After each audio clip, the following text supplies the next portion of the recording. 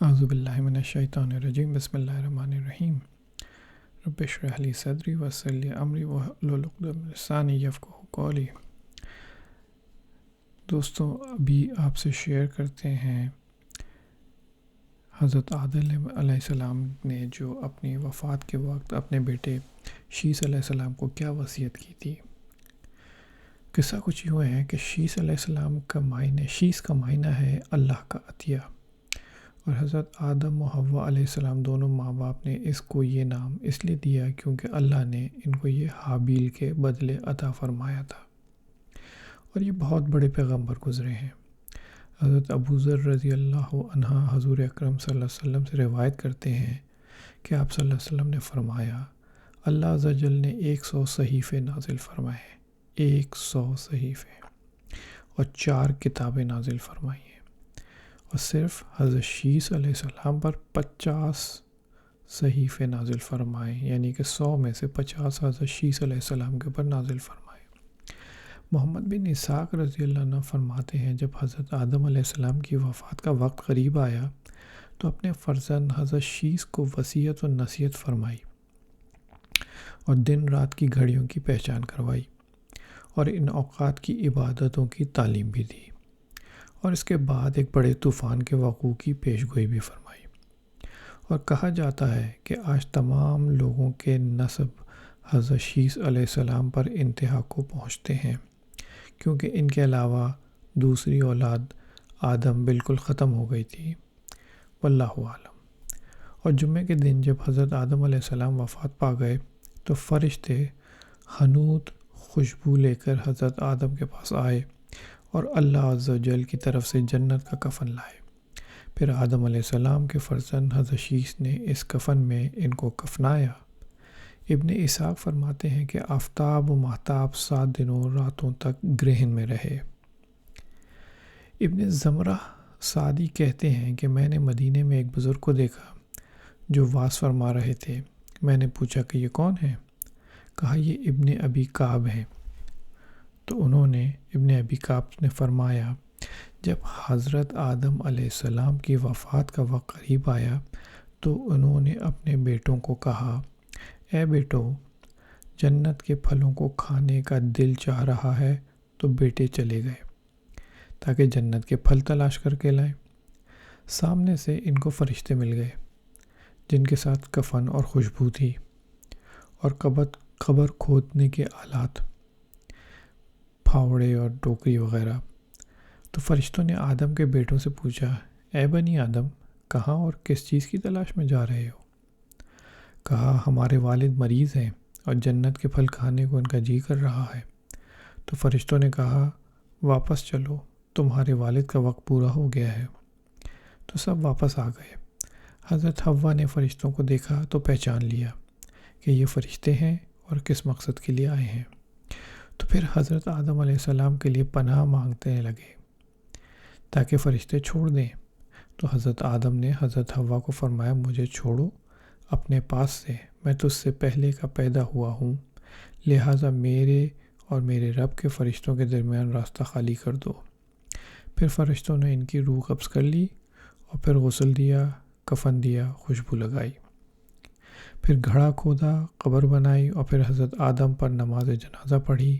پھر ان کو قبر میں داخل کیا اور قبر میں رکھا، اوپر سے مٹی ڈالی، پھر کہا اے آدم کی اولاد، یہ تمہاری سنت طریقہ ہے۔ اس حدیث کی اسناد صحیح ہیں۔ یہ جو پوری ہم نے سٹوری سنی، اس کی اسناد صحیح ہیں۔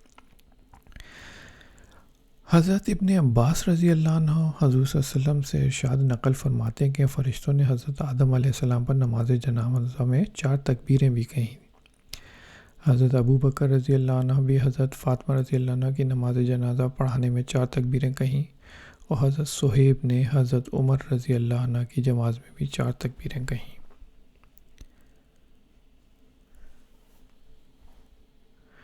اور اہل علم کا ان کی قبر کے بارے میں اختلاف ہے، یعنی کہ حضرت آدم علیہ السلام کی قبر کے بارے میں اختلاف ہے کہ کہاں ہے، لیکن مشہور یہ ہے کہ وہ اس پہاڑ کے پاس مدفون ہیں جہاں وہ ہند میں اس کے پاس اترے تھے، اور ایک قول یہ بھی ہے کہ مکہ میں جبل ابی قبیس کے پاس ہے، اور کہا جاتا ہے کہ جب حضرت نوح علیہ السلام کے زمانے میں طوفان کا وقت قریب آیا تو حضرت نوح نے اماں حوا اور ابا آدم علیہ السلام کی نعش مبارکوں کو اٹھا کر بیت المقدس میں دفن کرا دیا تھا۔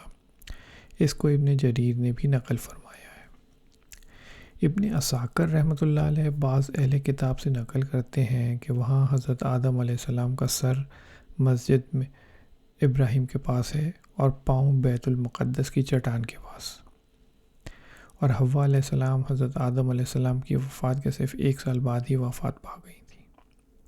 اور حضرت آدم علیہ السلام کی عمر کی مقدار کے بارے میں کچھ اختلاف ہے، لیکن پہلے ہم ابن عباس رضی اللہ عنہ اور ابی ہریرہ رضی اللہ عنہ کی حدیث ذکر کر چکے ہیں کہ لوح محفوظ میں ان کی عمر 1000 سال لکھی ہوئی تھی، یعنی حضرت آدم علیہ السلام کی عمر 1000 سال لکھی ہوئی تھی لوح محفوظ میں، اور اس بات کہ وہ معارض و مقابل نہیں ہو سکتی تو جو تورات میں ہے کہ حضرت آدم 930 سال زندہ رہے، اس لیے کہ وہ کتاب تورات میں تحریف کر چکے ہیں، اور ان کا یہ قول طعن شدہ اور مردود ہے کیونکہ وہ مخالف ہے اس حق کے جو ہمارے ہاتھ میں ہے اور محفوظ ہے، جبکہ وہ کتاب تورات میں طرح طرح کی تبدیلی کر چکے ہیں۔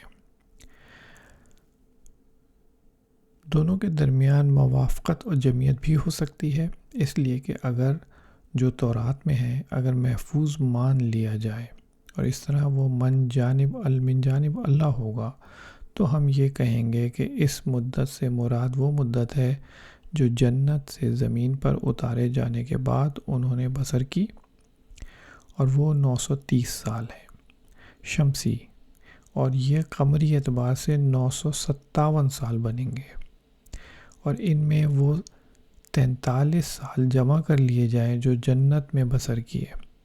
اس طرح 1000 سال والی ہماری حدیث اور 930 سال تورات میں مذکور دونوں صحیح ہو جائیں گی۔ عطا خراسانی رضی اللہ عنہ فرماتے ہیں کہ جب حضرت آدم علیہ السلام وفات فرما گئے تو مخلوق خدا 7 دنوں تک گریہ و زاری میں مصروف رہی۔ ابن عساکر نے بھی اس کی روایت فرمائی ہے۔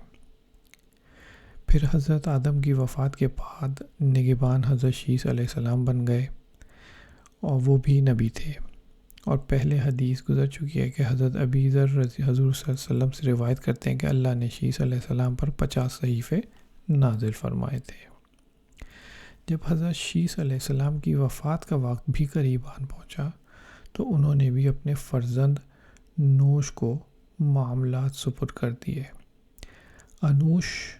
فرزند انوش کے بعد اس کا ولی عہد قینان بنا، اس کے بعد قینان کا فرزند محلائل بنا، اور ایرانی اجمی لوگ انہی کے بارے میں خیال رکھتے تھے کہ یہ 7 ولایتوں کے بادشاہ بنے، اور یہ پہلے شخص ہیں جنہوں نے جنگلات کا قلع قمع کر کے شہروں اور قلعوں کی بنیاد ڈالی، اور انہی نے شہر بابل اور شہر سوس کو آباد کیا، اور ابلیس اور اس کے لشکریوں جنوں وغیرہ کو بھی مار مار کر زمین کی آبادی سے بھگا کر ویرانوں اور گھاٹیوں میں دھکیل دیا، اور جنوں کی شریر مخلوق میں سے بہت سو کو قتل کیا، اور ان کا ایک بڑا عظیم تاج بھی تھا، اور یہ لوگوں کو واعظ بھی فرماتے تھے۔ ان کی بادشاہی 40 سال رہی۔ جب ان کی بھی وفات قریب ہوئی تو انہوں نے اپنے فرزند خنوخ کو اپنے بعد کے کاموں کی وصیت کی، اور مشہور اقوال کے مطابق یہی خنوخ حضرت ادریس علیہ السلام تھے۔ جزاکم اللہ خیر۔